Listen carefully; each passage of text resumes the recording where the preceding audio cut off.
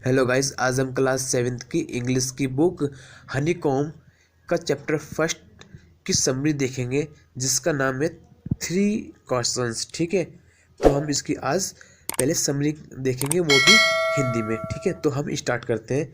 राजा है इसमें, और इसका जो लक्ष्य है, एक राजा था जो ये मानता था कि एक सफल राजा बनने हेतु 3 सवालों के उत्तर जानना अति आवश्यक है।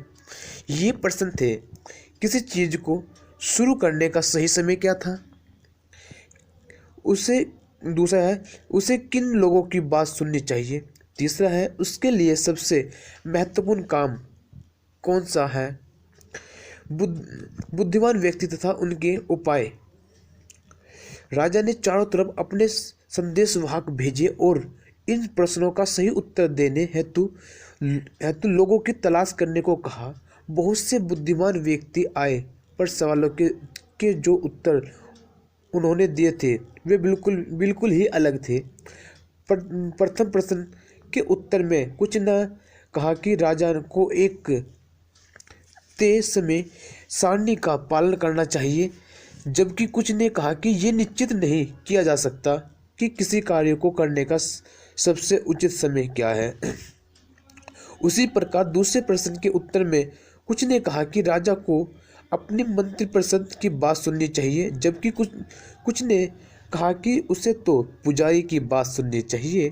कुछ लोगों का मत था कि राजा को अपने डॉक्टर की बात सुननी चाहिए, जबकि कुछ लोग ये मानते थे कि राजा को अपने सिपाही की बात सुननी चाहिए। तीसरे प्रश्न के उत्तर में कुछ बुद्धिमान व्यक्ति ने कहा कि राजा का सबसे महत्वपूर्ण काम विज्ञान की प्राथमिकता होनी चाहिए, जबकि कुछ दूसरे लोगों ने कहा कि धर्म उनकी प्राथमिकता होनी चाहिए। लोग ऐसे ही लोग आ रहे थे, तो क्या हो, सब अलग अलग डिफरेंट के अपने आंसर बता रहे थे। वो ऐसे नहीं बताया जैसे उनको आंसर ठीक चाहिए थे, उस प्रकार से कोई भी ऐसा आंसर नहीं दे पा रहा था। ठीक है, तपस्वी राजा प्रश्नों के उत्तर में भिन्नता होने की वजह से संतुष्ट नहीं हुआ।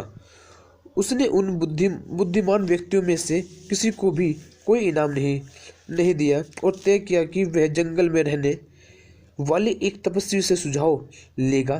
तपस्वी केवल साधारण इंसान से ही मिलता था, इसलिए राजा ने अपने कपड़े साधारण इंसान की ही भांति पहने, अपने घोड़े व अंगरक्षकों को छोड़ दिया और तपस्वी की झोपड़ी की ओर चल पड़ा।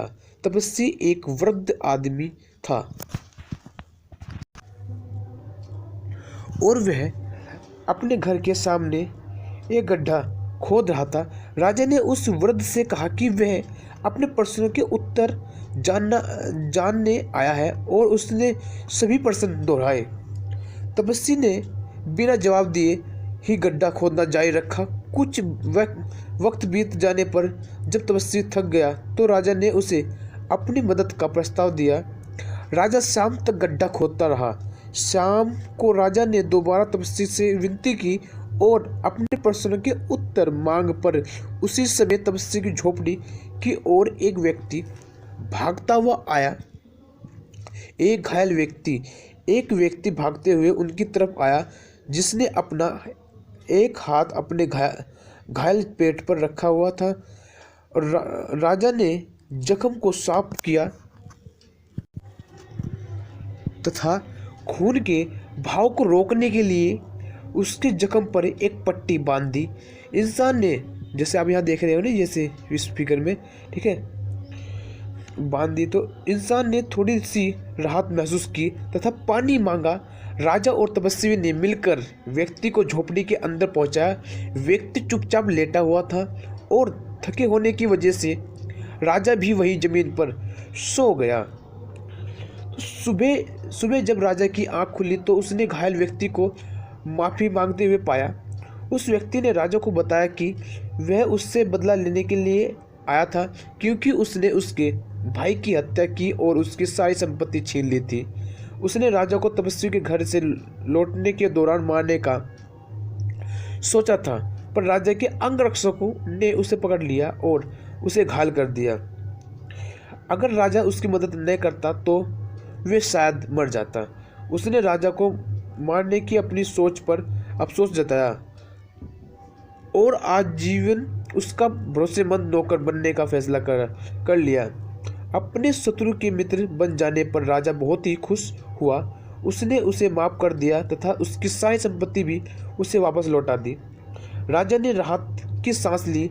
इसके बाद जब राजा तपस्वी को देखने बाहर आया तो उस समय बीज बो रहा था उन गड्ढों में जो पिछले दिन खोदे गए थे। राजा ने तपस्वी की आखिरी बार निवेदन किया और अपने प्रश्नों के उत्तर मांगे। जवाब में तपस्वी ने कहा कि उसे अपने प्रश्नों के उत्तर तो मिल चुके हैं। अगर उसने तपस्वी की दशा पर तरस न खाया होता तो कल जब वह रास्ते से लौट रहा था तो वह व्यक्ति उस पर हमला कर देता और शायद उसकी जान भी चली जाती। अतः सबसे महत्वपूर्ण समय उस गड्ढे की खुदाई करने के दौरान था और तपस्वी उसका सबसे महत्वपूर्ण आदमी था। जब घायल व्यक्ति वहां पर आया तो महत्वपूर्ण समय वह था जब वह उसकी देख रेख कर रहा था और अगर ऐसा नहीं हुआ होता तो वह व्यक्ति मर जाता और वह दोनों अपनी करनी के लिए कभी मेल मिलाप नहीं कर पाते। अतः उस व्यक्ति पर वह घायल आदमी सबसे महत्वपूर्ण हो गया था और उसकी देख रेख करना सबसे महत्वपूर्ण काम था। तपस्वी ने राजा से कहा कि सबसे महत्वपूर्ण समय अभी है, क्योंकि बस इस वक्त पर हमें काम करने के लिए तैयार रहना चाहिए। किसी समय पर सबसे महत्वपूर्ण व्यक्ति हम सभी हैं, क्योंकि भविष्य तो अविदित है और हम सभी को भविष्य को लेकर अनिश्चितता होती है कि हम कब किससे मिल जाए। सबसे महत्वपूर्ण काम है दूसरों का भला करना, क्योंकि हम इस संसार में इसी ने की काम के लिए आए हैं। ठीक है, और यहाँ पर हमारे इस चैप्टर का अंत होता है गाइस। और अगर आपको अच्छा लगे तो वीडियो को लाइक कर देना। Okay guys, thank you.